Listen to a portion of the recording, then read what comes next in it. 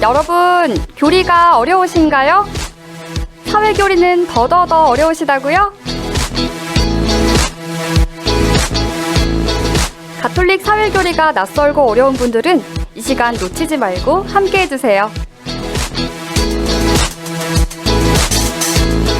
세상을 걷는 예수.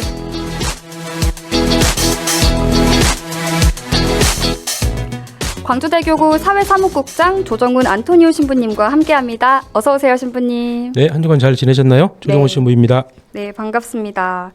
신부님 한 주간 좀 어떻게 지내셨나요? 늘 똑같죠. 특별한 일 없이 평범한 일상을 보냈는데 혹시 아나운서님은 우리 정의평화위원회에서 주관하는 시누다라고 혹시 들어보셨나요? 시누다요? 네. 제가 사실 방송 전에 좀 찾아봤는데 찾기 전에는 시노달리타스 정신을 나눈다? 약간 뭘 겨누는 건가? 좀 생각했는데 그게 아니더라고요. 네. 시민정치 누구나 다 한다. 네, 맞습니다.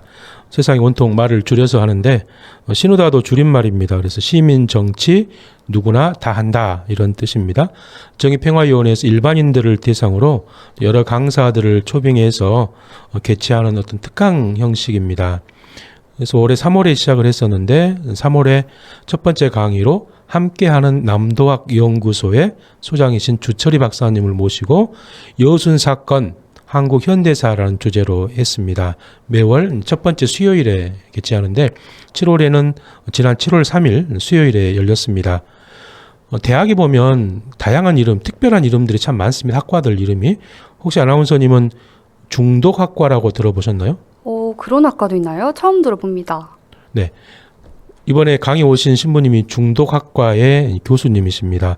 부산 가톨릭대학교에서 중독학과에서 가르치시는 홍성민 신부님을 모시고 중독 어떻게 이해해야 할까요? 라는 주제로 특강이 있었습니다. 신부님은 중독은 나쁜 것이 아니라 아픈 것, 질병이라고 그런 말씀을 하셨습니다. 신부님 말씀을 좀 이제 제가 전해드리면 우리가 외롭고 힘들고 어렵고 또 고통스러울 때 누구나 거기에서 빠져나오려고 노력을 무척 많이 합니다. 해결책을 찾죠. 그런데 그런 해결책 중에서 효과가 빠르고 힘도 들이지 않고 빠져나올 수 있는 방법들이 있습니다. 고통을 이겨내기 위한 것이 아니라 피하려고 하는 해결책을 찾게 되는데 그것이 바로 중독입니다. 그래서 약물, 알코올, 게임, 또 인터넷 이런 방법들은 빠지게 되면 금방 효과가 나타나죠. 그래서 점점 더 강한 중독의 대상을 찾게 된다고 하셨는데 우리나라 국민 8명 중 1명은 4대 중독의 문제를 가지고 있다는 그런 연구 결과도 있습니다. 그러면서 우리 모두가 깨진 항아리다라고 말씀을 하셨어요. 깨진 항아리에 물을 어떻게 채울 수 있나? 방법이 없습니다. 네. 아무리 물을 갖다 부어도 물이 채워지지가 않죠. 그러나 깨진 항아리를 연못 속에 집어넣으면 물이 차게 되어 있습니다. 그래서 연못은 바로 우리의 공동체다. 그래서 아파하는 사람들을 공동체 안에서 보듬어주고 또 함께하려고 노력해야 한다. 이런 말씀을 하셨습니다. 강의를 마치면서 신부님께서 평온함을 구하는 기도를 알려주셨는데 제가 너무 좋아서 다시 한번 읽어드리고 싶습니다. 이런 내용인데 어쩔 수 없는 것을 받아들이는 평온함을 주시고 어쩔 수 있는 것은 바꿀 수 있는 용기를 주시고 이 두 가지를 구별할 수 있는 지혜를 주소서 이런 내용이었습니다. 네, 저도 좀 마음에 와닿는 구절이네요. 예. 신부님 그리고 오늘 이야기를 좀 본격적으로 시작하기에 앞서서 잠깐 복습하는 느낌으로 지난 시간 이야기했던 거 잠깐 살펴보면 좋을 것 같아요. 예. 지난 시간에 제가 교회가 왜 영적인 문제만이 아니라 대사회적인 문제에 대해서 관심을 가지고 이야기를 하는가에 대해서 말씀을 드렸죠. 그래서 사람이 살고 있는 곳이 바로 이 사회이기 때문에 사회에 대해서 끊임없이 어떤 문제 제기를 하고 있습니다. 그래서 우리 하느님은 성당에 가야만 만날 수 있는 분이 아니고 또 우리 하느님을 집에서도 만날 수 있어야 합니다. 그리고 하느님을 거리에서도 또 만날 수 있어야 하고 아파하는 사람들이 있는 곳이면 어디에서나 우리는 하느님을 만날 수가 있습니다. 하느님 성당에만 계십시오.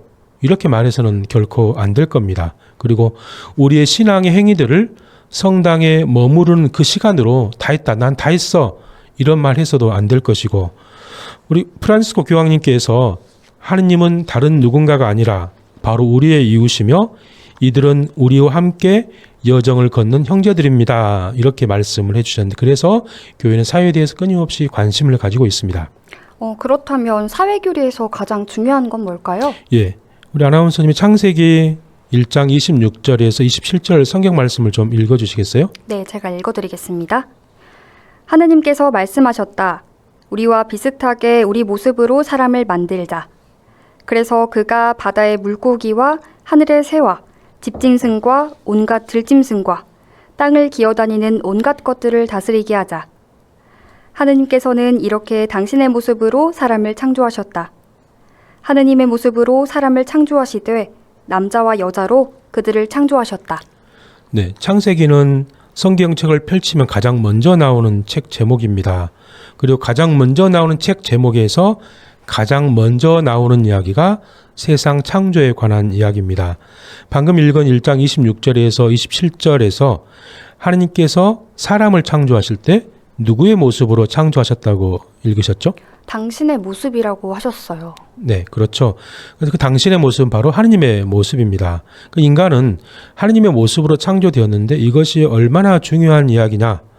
창세기 1장은 당시 창세기를 편집한 이들의 신앙 고백이다, 이렇게 좀 말할 수가 있습니다.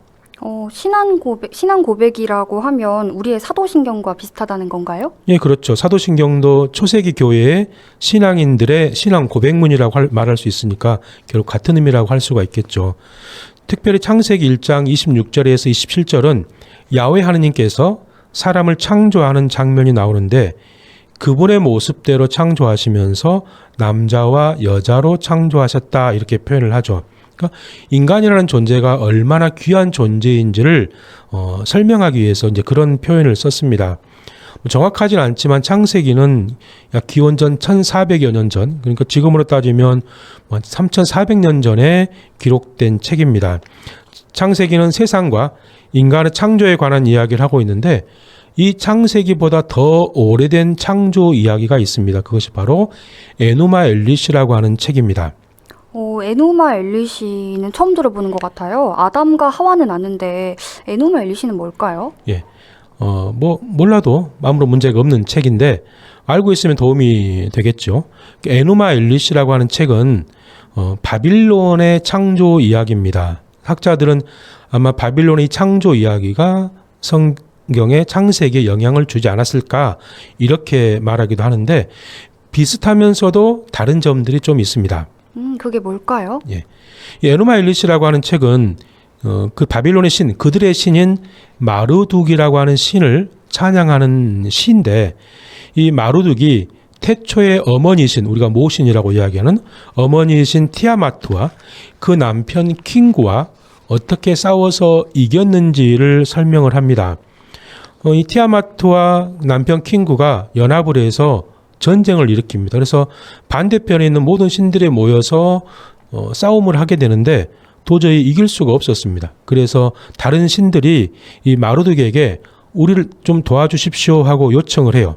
그래서 마르둑 신이 제안을 합니다. 그래, 내가 도와줄게. 대신에 내가 전쟁에서 이기게 되면 나를 너희의 왕이 되게 해달라, 이렇게 요구를 하죠. 전쟁에서 지면 다 없어지기 때문에 다른 신들이 그걸 받아들입니다. 신들의 이제 전쟁 주도권 싸움에서 이 마르둑이 승리한 후에 하늘과 땅을 만들고 인간을 창조를 합니다. 전쟁에서 승리한 후 이 마르둑 신이 반란을 일으킨 킹구라고 하는 신을 살해를 합니다. 그래서 피와 살을 섞어서 인간을 만들게 되는데, 인간을 만들면서 이렇게 표현을 해요. 나는 태초에 생명체로서 사람을 만들어 그에게 신들의 모든 노고를 부담시켜 신들이 자유로이 숨 쉴 수 있도록 할 것이다. 이 얘기는 무슨 얘기냐면, 내가 다른 신들보다 더 낮은 존재를 만들 테니까 이제 만들어지는 인간들이 신들의 모든 노동력을 대신해서 온갖 잡일을 다 하게 될 것이다. 그런 의미에서 인간을 만들었다라고 이 에누마 엘리시에서는 이야기를 하는 겁니다. 아나운서님은 파라오 알고 계시죠? 파라오를 떠올리면 제일 먼저 무슨 생각이 드시나요? 아무래도 진한 눈화장과 좀 화려한 장신구, 그리고 무엇보다도 피라미드가 좀 생각이 납니다. 그렇죠. 이집트의 왕이었죠. 영화에서 보면 항상 제일 높은 곳에 자리를 잡고 있고 또 화려하게 장식한 옷을 입고 있습니다. 이집트는 철저한 계급 사회였습니다.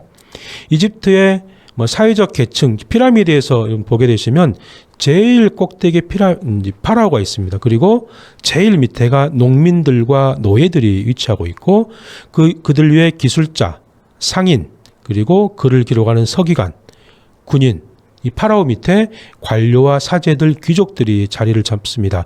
그리고 최고의 정점에 이제 파라오가 있게 되는데 파라오는 바로 이 땅에 사는 신이다. 이렇게 말할 수도 있습니다. 결국 파라오 밑에 모든 존재는 누구를 위해서 있게 되냐면 바로 파라오를 위해서 존재하는 것들입니다. 그래서 이렇게 말을 하죠.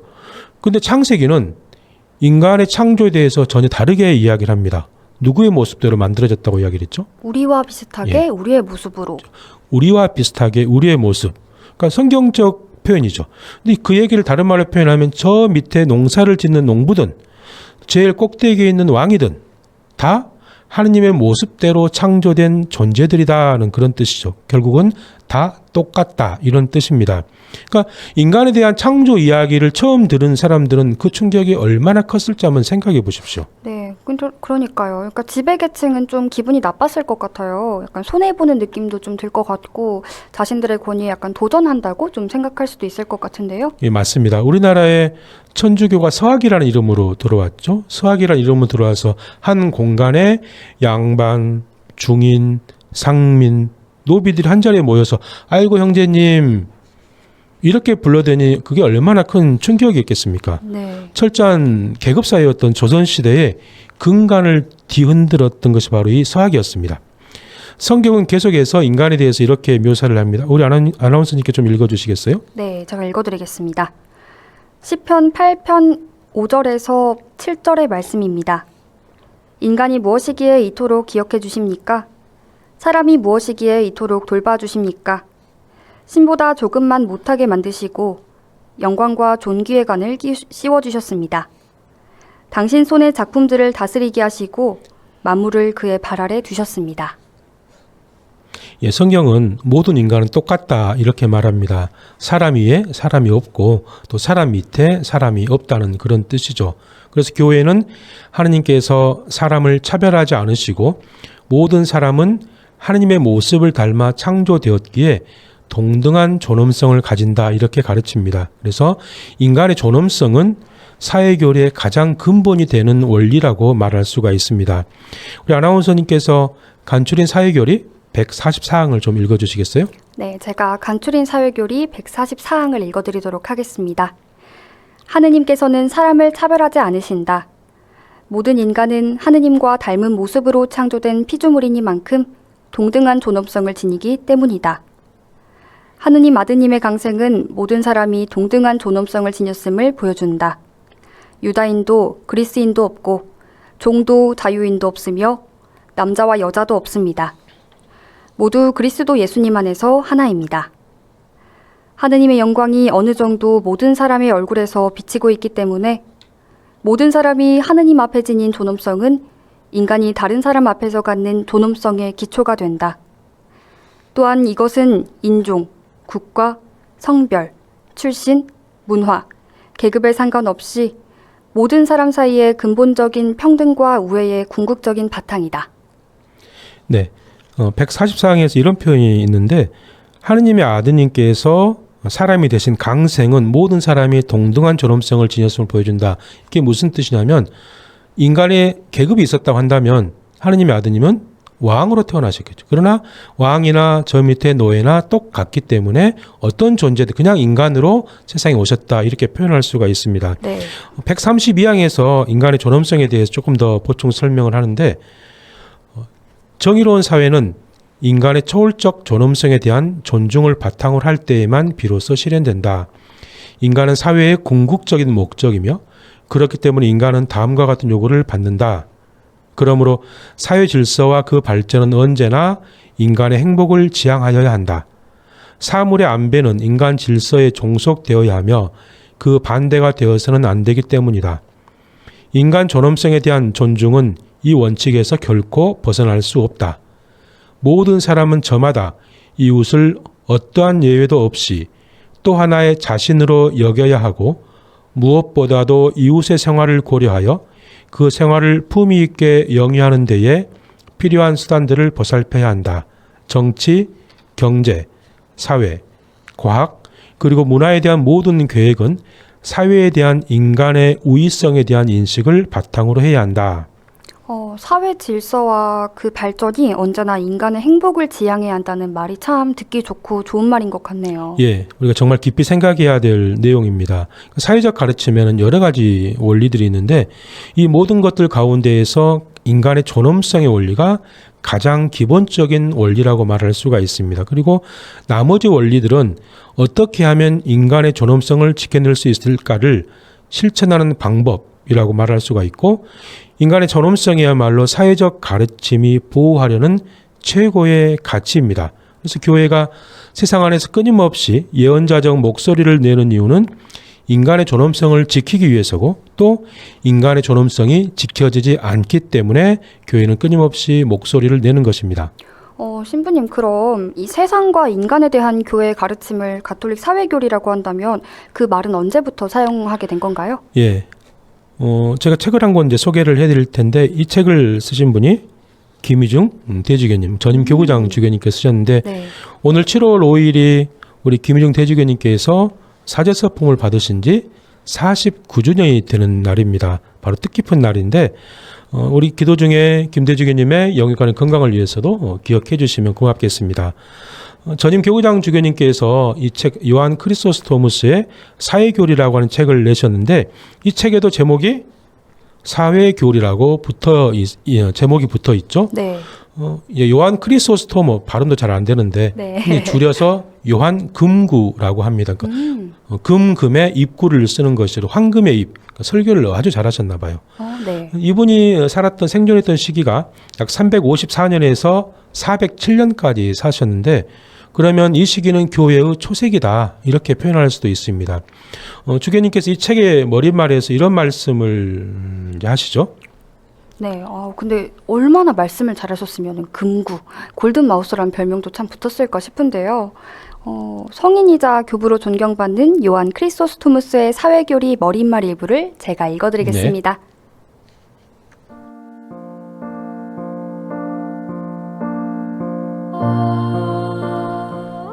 경제와 돈이라는 단어가 이토록 큰 위력을 발휘하는 시절이 이전에 또 있었던가?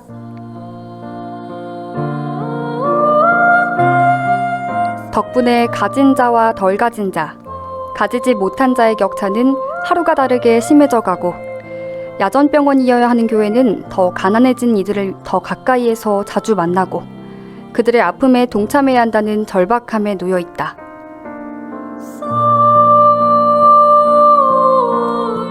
그래서 교회는 더 쇄신되어야 하고, 60년 전 바티칸 공의회의 모토, 교회의 현대화는 지금도 여전히 그 힘을 새롭게 발휘하고 있다.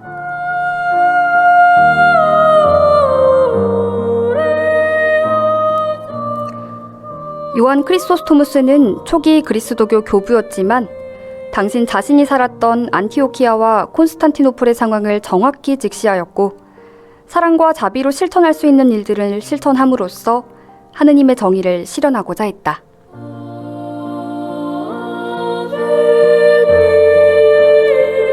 그의 명확한 가르침은 세기를 초월하여 현대교회의 사회교리의 근간이 되어 지금도 교회의 전통 속에 살아있다.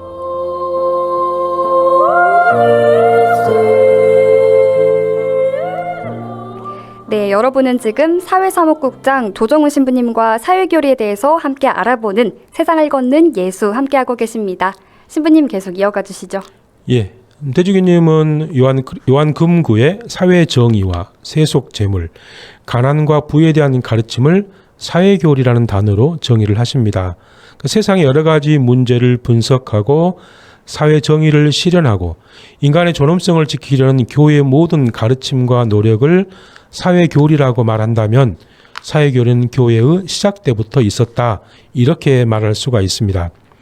모세와의 첫 만남에서 하느님께서는 이스라엘이 지금 처한 현재의 상황을 알고 있고 그래서 모세에게 네가 할 일이 있다 이렇게 말씀을 하십니다. 우리 탈출기 성경 말씀을 아나운서님께서 좀 읽어주시겠어요? 네, 탈출기 3장 7절에서 10절까지의 말씀입니다. 나는 이집트에 있는 내 백성이 겪는 고난을 똑똑히 보았고 작업 감독들 때문에 울부짖는 그들의 소리를 들었다. 정녕 나는 그들의 고통을 알고 있다. 그래서 내가 그들을 이집트인들의 손에서 구하여 그 땅에서 저 좋고 저 넓은 땅, 젖과 꿀이 흐르는 땅, 곧 가나안족과 히타이트족과 아모리족과 프리즈족과 히위족과 여부스족이 사는 곳으로 데리고 올라가려고 내려왔다. 이제 이스라엘 자손들이 울부짖는 소리가 나에게 다다랐다. 나는 이집트인들이 그들을 억누르는 모습도 보았다. 내가 이제 너를 파라오에게 보낼 터이니 내 백성 이스라엘 자손들을 이집트에서 끌어내어라. 예, 이런 의미에서 본다면 또 사회교리는 성경의 시작과 함께 있었다 이렇게 말할 수도 있습니다. 구약의 이스라엘 민족 그러니까 히브리인에게 가장 강력한 체험은 이집트 탈출의 사건이었습니다. 파라오의 종이었던 그들을 하느님께서 이끌어내시고 약속의 땅으로 이끌어 주십니다. 하느님께서 불평등을 평등으로 바꿔주십니다. 이스라엘이 한 것은 아무것도 없었죠. 그래서 우리는 그것을 은총이라고 표현을 합니다. 이스라엘은 하느님께서 주신 약속의 땅에서 영원히 잘 살려면 하느님께 주신 계명을 잘 지켜야 합니다. 아나운서님은 하느님께서 이스라엘에게 주신 가장 크고 중요한 법이 무엇이라고 생각하세요? 아주 자신 있게 답할 수 있습니다. 10계명입니다. 네, 맞습니다. 하느님께서 주신 10가지 말씀이라고도 우리 말을 하죠. 우리가 이 10계명을 언제 가장 많이 사용하느냐? 대부분 고해성사를 볼 때 사용을 합니다. 네. 많은 성당의 고해실 앞에 가면 기다리면서 내가 어떻게 살아왔는지 성찰하라고 10계명의 항목들을 풀어놓은 유인물을 놔둡니다. 그러면 신자들은 이제 그것을 보면서 성찰을 하게 되는데 성찰의 내용들을 보면 거의 윤리적인 문제들입니다. 한 개인의 관점에서 내 자신이 어떻게 했는지를 설명을 하고 있죠. 그런데 10계명 이 10개의 말씀들은 단순히 개인의 윤리적인 관점에서 뿐만이 아니라 사회적인 관점에서도 바라보고 해석할 수 있습니다. 우리가 모든 것에는 다 기준이 있습니다. 이 기준이나 그 기본이 되는 것을 바탕으로 해서 무엇인가가 만들어집니다. 교리서에도 그런 기준이 되는 교리서가 있는데 아나운서님 혹시 어떤 교리서가 기준이 되는지 아시나요? 글쎄요. 그건 잘 모르겠습니다. 예. 전 세계 가톨릭 교회는 다양한 언어가 있고 또 다양한 민족, 다양한 나라들이 있습니다. 또 생활 방식도 다 다르죠. 그런데 그런 교회들이 서로 제각각 다른 교리서를 만들어서 가르친다면 당연히 혼란이 생기겠죠. 그래서 교회는 전 세계 모든 가톨릭 교회에서 사용하는 표준 교리서를 만들었습니다. 그 이름이 바로 가톨릭 교회 교리서입니다. 제가 책을 들고 나왔는데 네. 이렇게 좀 두껍습니다. 많이 두껍네요. 네, 가톨릭 교회 교리서라고 되어 있는데 이 교리서는 총 4편으로 되어 있습니다. 그래서 제1편은 무엇을 믿고 있는지에 대한 신앙 고백, 제2편은 그리스도의 신비를 어떻게 거행하는지 전리에 대한 이야기를 하고 있고 제3편은 그리스도를 통해서 어떻게 생명을 얻는지 우리 삶에 대한 이야기를 합니다. 그리고 제4편은 그리스도인의 기도라고 하는 제목이 붙어 있습니다. 각 편마다 1부, 2부로 구성이 되어 있습니다. 1부는 이제 그 내용을 설명하는 신학적인 의미가 있고 2부에서는 구체적인 실천에 대한 이야기가 있습니다. 이 교리서의 3편 제가 말씀을 드렸죠. 그리스도를 통해서 어떻게 생명을 얻는지 그리스도의 삶에 대한 이야기인데 이 제1부에서는 인간의 삶에 대한 주제를 다룹니다. 그러면서 좀 더 자세하게 보면 1부 제1장에서는 인간의 존엄성, 그리고 2부 제2장에서는 인류 공동체, 제3장에서는 하느님의 구원을 다루고 있습니다. 그리고 제2부에서 제1부의 실천의 방법으로 바로 10계명을 다루고 있습니다. 그렇다면 이 교리서에서는 10계명에 대해서 어떻게 설명하고 있는지도 궁금한데요. 이 책 2057항에 보면 10계명에 대해서 이렇게 표현을 하고 있어요. 10계명은 먼저 구약에서 중심이 되는 하느님의 위대한 해방 사건인 출애굽 사건에 비추어 이해해야 한다. 십계명은 죄의 종살에서 해방된 삶의 조건들을 가리키고 있으며 십계명은 생명의 길이다. 특별히 가톨릭 교회 교리 3편 그리스도의 삶에 관한 부분, 지금 우리가 지금 말하고 있는 사회교리에 관한 부분을 따로 정리해 놓은 책이 있습니다. 바로 간추린 사회교리입니다. 간추린 사회교리는 지난 한 세기 이상 사회 문제에 대해서 신자들에게 가르친 핵심적인 부분들을 정리해서 교황청 정의평화위원회에서 엮은 책입니다. 네, 신부님이 책도 가져와 주셨는데 아쉽게도 저희가 마칠 시간이 돼버렸습니다. 너무 아쉽지만 오늘 말씀은 여기까지 듣고 그 책 소개는 다음 시간에 이어가도록 하겠습니다. 고맙습니다, 신부님. 네, 감사합니다. 네, 지금까지 광주대교구 사회사무국장 조정훈 안토니오 신부님과 함께했습니다.